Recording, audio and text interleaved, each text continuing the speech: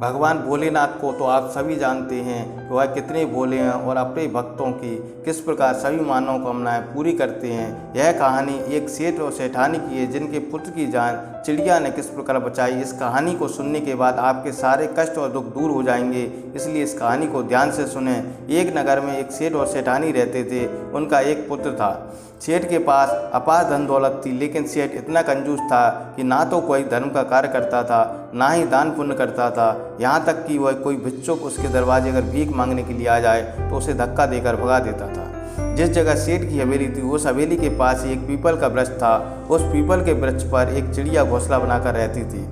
उसके दो छोटे छोटे बच्चे थे। चिड़िया बहुत धार्मिक प्रवृत्ति की थी। वह प्रत्येक शिवरात्रि का व्रत करती थी और देवादिदेव महादेव की पूजा अर्चना करती थी। क्योंकि सेठ की हवेली पास में ही थी तो वह चिड़िया उस हवेली पर जाकर बैठ जाती थी। सेठ का लड़का उस चिड़िया को देखकर बहुत खुश होता और उसे कुछ न कुछ खाने के लिए देता। चिड़िया वह खाना लाकर अपने दो छोटे छोटे मासूम बच्चों को खिलाती है। इस प्रकार उस सेठ का लड़का प्रतिदिन चिड़िया को कुछ न कुछ खाने के लिए देता है। सेठ का लड़का उस चिड़िया के बच्चों के साथ खेलता है और उन्हें बहुत प्यार करता है। यह सब देखकर चिड़िया अपने बच्चों की तरह ही सेठ के बच्चे को भी प्यार करने लगती है।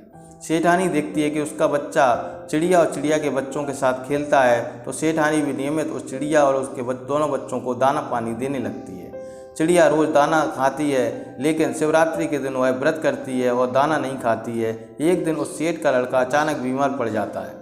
वह सेठ बड़े से वैद्य बुलवाता है, परंतु वह लड़का ठीक नहीं होता। एक वैद्य आकर कहता है कि अब इस लड़के का बचना मुश्किल है। सेठ जेठानी बहुत दुखी हो जाते हैं। उन्हें समझ में नहीं आता क्या करें। सेठानी उस चिड़िया और चिड़िया के बच्चों को देखकर कहती है, आज तुम्हारे साथ खेलने वाले के प्राण संकट में हैं। मैं क्या करूं? अब तुम्हारे साथ कौन खेलेगा? बच्चा उनको नियमित खाना देता था, इसलिए सेठानी भी उस चिड़िया और उसके बच्चों को प्रतिदिन दाना पानी देती है। सेठानी की बात सुनकर चिड़िया बहुत दुखी हो जाती है, क्योंकि चिड़िया बहुत धार्मिक प्रवृत्ति की थी। धार्मिक प्रवृत्ति का व्यक्ति ही दूसरे का दुख देखकर दुखी होता है, वह उसे अपने दुख के समान समझता है। चिड़िया मन ही मन सोचती है कि लड़का मेरे बच्चों के समान है, इसके प्राण संकट में हैं, इसके प्राण सिर्फ देवादिदेव महादेव ही बचा सकते हैं। तब ऐसा विचार कर चिड़िया उड़कर कैलाश पर्वत पर पहुंचकर पार्वती माता के चरणों में गिर जाती है। पार्वती माता कहती हैं कि हे चिड़िया, क्या बात है, तो तुम कैलाश पर्वत पर आई हो?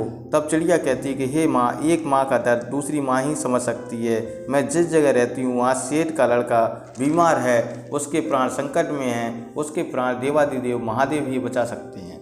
कृपया आप देवादिदेव महादेव से कहकर उस लड़के के प्राणदान दिलवा दीजिए। तब पार्वती माँ महादेव से उस चिड़िया की मन्नत पूरी करने के लिए कहती हैं।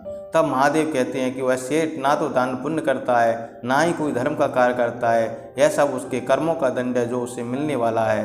तब चिड़िया कहती है कि हे महादेव, मैं कुछ नहीं जानती, मैं तो सिर्फ इतना जानती हूँ कि वह सेठानी और उसका लड़का मुझे और मेरे बच्चों को नियमित दाना पानी देता है।